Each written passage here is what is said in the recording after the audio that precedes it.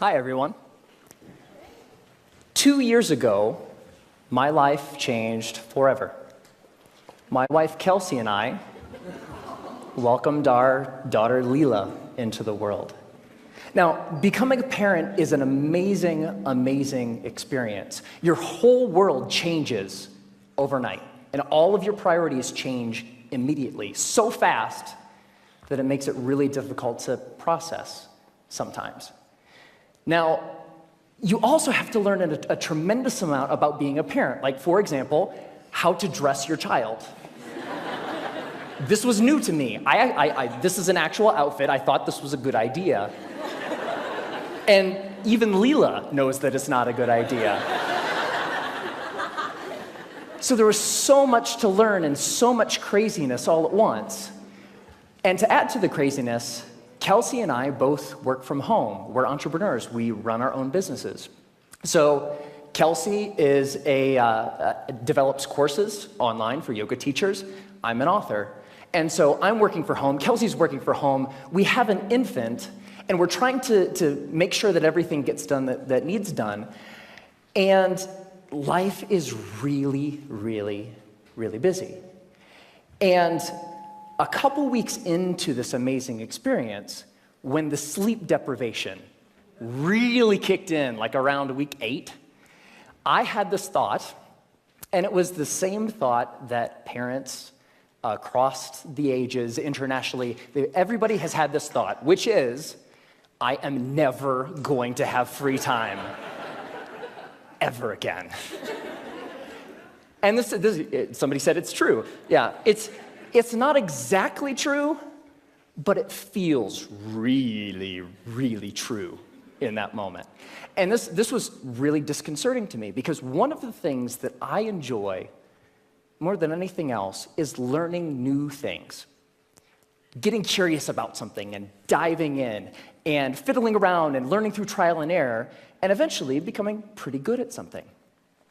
And without this free time, I didn't know how I was ever going to do that ever again. And so I'm a big geek. I want to keep learning things. I want to keep growing. And so what I decided to do was go to the library and go to the bookstore and look at what research says about how we learn and how we learn quickly. And I read a bunch of books, I read a bunch of websites, and trying to answer this question: how long does it take to acquire a new skill? You know what I found? 10,000 hours. Anybody ever heard this? 10,000. It takes 10,000 hours. If you want to learn something new, if you want to be good at it, it's going to take 10,000 hours to get there. And I read this in book after book and website after website, and my mental experience of reading all of this stuff was like, no! I don't have time. I don't have 10,000 hours. I am never going to be able to learn anything new ever again. But that's not true. So 10,000 hours, just to give you a rough order of magnitude, 10,000 hours is a full-time job for 5 years. That's a long time. And we've all had the experience of learning something new, and it didn't take us anywhere close to that amount of time, right? So what's up? There's something kind of funky going on here. What the research says and what we expect and have experiences, they don't match up. And what I found, here's the wrinkle. The 10,000 hour rule came out of studies of expert level performance. There was a professor at Florida State University. His name is K. Anders Ericsson. He's the originator of the 10,000 hour rule. And where that came from is he studied professional athletes, world-class musicians, chess grandmasters, all of these ultra-competitive folks in ultra-high-performing fields, and he tried to figure out how long does it take to get to the top of those kinds of fields. And what he found is the more deliberate practice, the more time that those individuals spent practicing the elements of whatever it is that they do, the more time you spend, the better you get. And the folks at the tippy top of their fields put in around 10,000 hours of practice. Now, we were talking about the game of telephone a little bit earlier. Here's what happened. An author by the name of Malcolm Gladwell wrote a book in 2007 called Outliers, the Story of Success.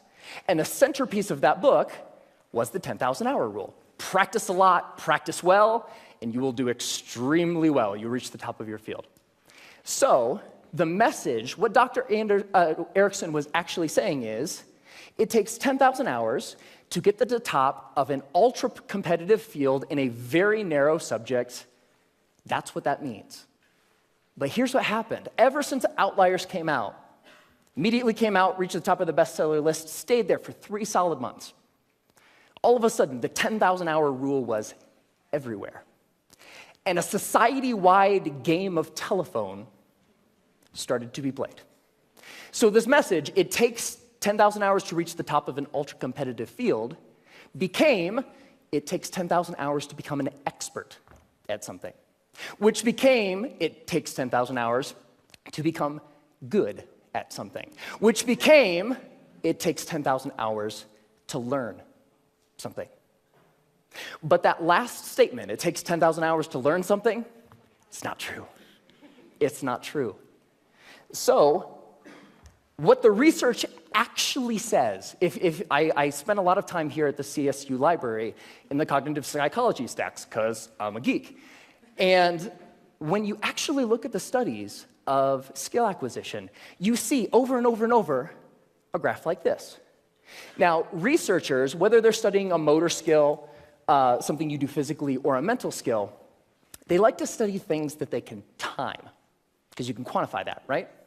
So they'll give research participants a little task, something that requires physical arrangement or something that requires learning a little mental trick, and they'll time how long a participant takes to complete the skill. And here's what this graph says. When you start, so when researchers gave participants a task, it took them a really long time because it was new and they were horrible. With a little bit of practice, they get better and better and better, and that early part of practice is really, really efficient. People get good at things with just a little bit of practice. Now, what's interesting to note is that if, we don't really, for skills that we want to learn for ourselves, we don't care so much about time, right? We just care about how good we are, whatever good happens to mean. So if we relabel performance time to how good you are, the graph flips, and you get this famous and widely known, this is the learning curve. And the story of the learning curve is when you start, you're grossly incompetent and you know it, right? With a little bit of practice, you get really good really quick. So that early level of improvement is really fast. And then at a certain point, you reach a plateau, and the subsequent gains become much harder to get. They take more time to get. Now, my question is, I want that, right? How long does it take from starting something and being grossly incompetent and knowing it to being reasonably good in, hopefully, as short a period of time as possible? So, how long does that take? Here's what my research says. 20 hours. That's it. You can go from knowing nothing about any skill that you can think of. Want to learn a language? Want to learn how to draw? Want to learn how to juggle flaming chainsaws? If you put 20 hours of focused, deliberate practice into that thing, you will be astounded at how good you are. 20 hours is doable. That's about 45 minutes a day for about a month, even skipping a couple days here and there. 20 hours isn't that hard to accumulate. Now, there's a method to doing this, because it's not like you can just start fiddling around for about 20 hours and expect these massive improvements. There's a way to practice intelligently. There's a way to practice efficiently that will make sure that you invest those 20 hours in the most effective way that you possibly can. And here's the method. It applies to anything. The first is to deconstruct the skill.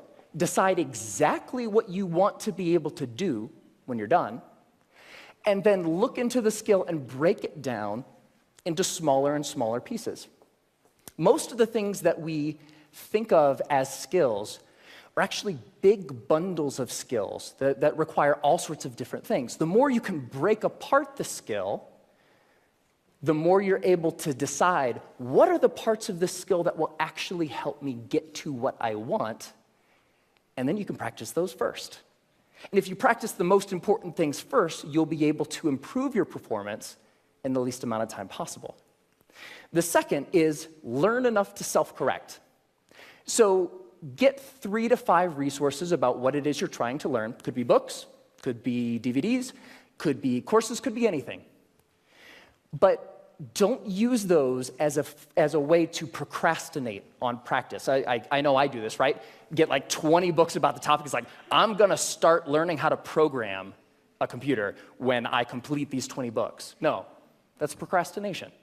What you want to do is learn just enough that you can actually practice and self-correct or self-edit as you practice. So the learning becomes a way of getting better at noticing when you're making a mistake and then doing something a little different. The third is to remove barriers to practice. Distractions, television, internet, all of these things that get in the way of you actually sitting down and doing the work.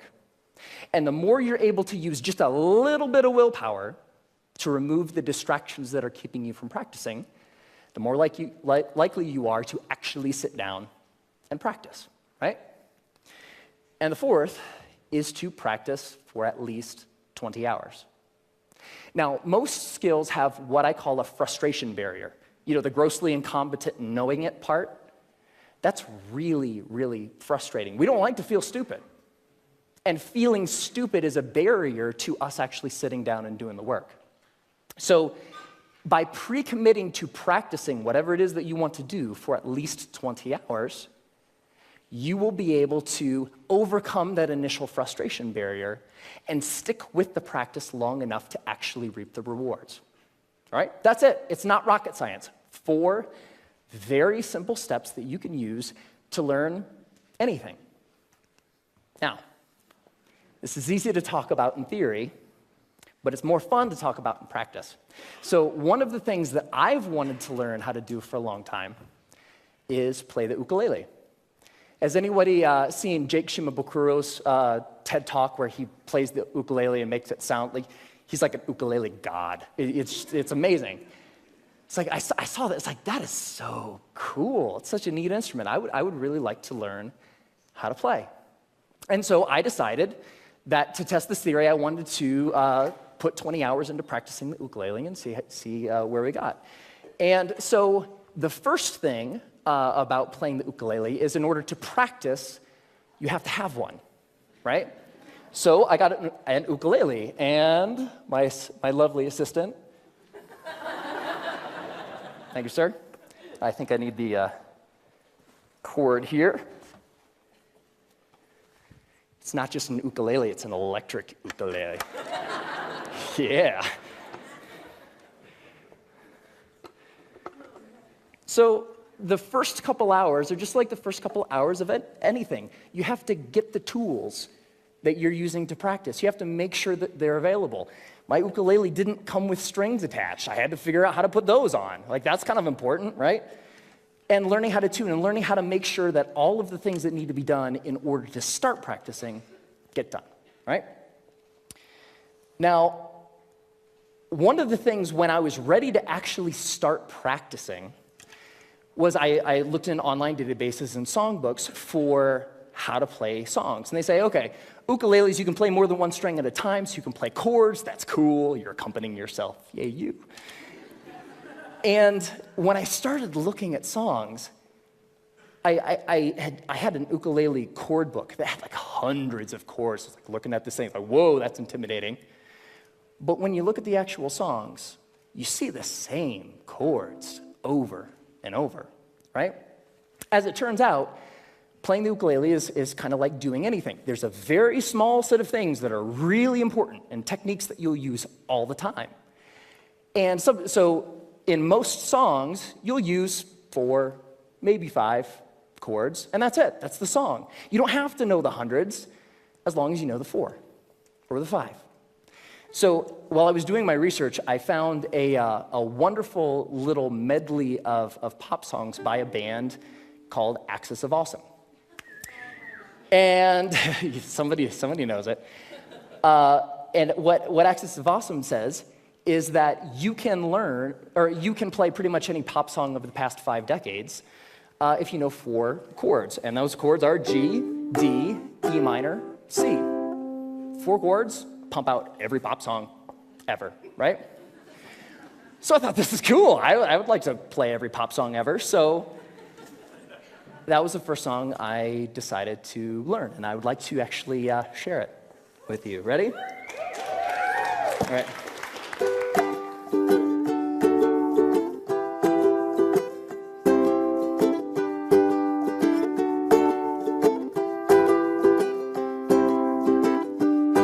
Just a small town girl living in a lonely world.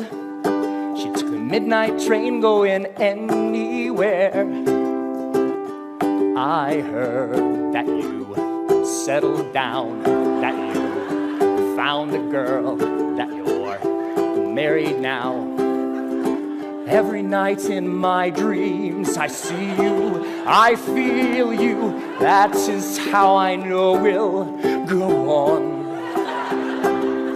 I won't hesitate no more. It cannot wait, I'm yours. 'Cause you are amazing. We did amazing things. If I could, then I would. I'd go wherever you will. And can you feel the love tonight? Can you live with or without you? When I find myself in times of trouble, Mother Mary comes to me. Sometimes I feel like I don't have a partner. No woman, no cry, mama, the surely is a dream. I come from a land down under. Once a jolly swag man camped by a billabong. Hey, I just met you, and this is crazy. Now here's my number, so call me. Hey, sexy lady, whoop, whoop, whoop, whoop, whoop 'em Gangnam style. Time to say goodbye. Closing time. Every new beginning comes from some other beginning's end.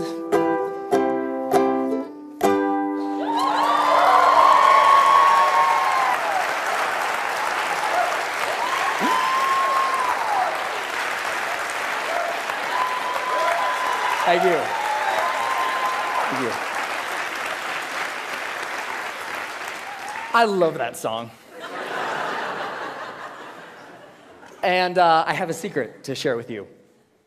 So by playing that song for you, I just hit my 20th hour of practicing the ukulele. Thank you.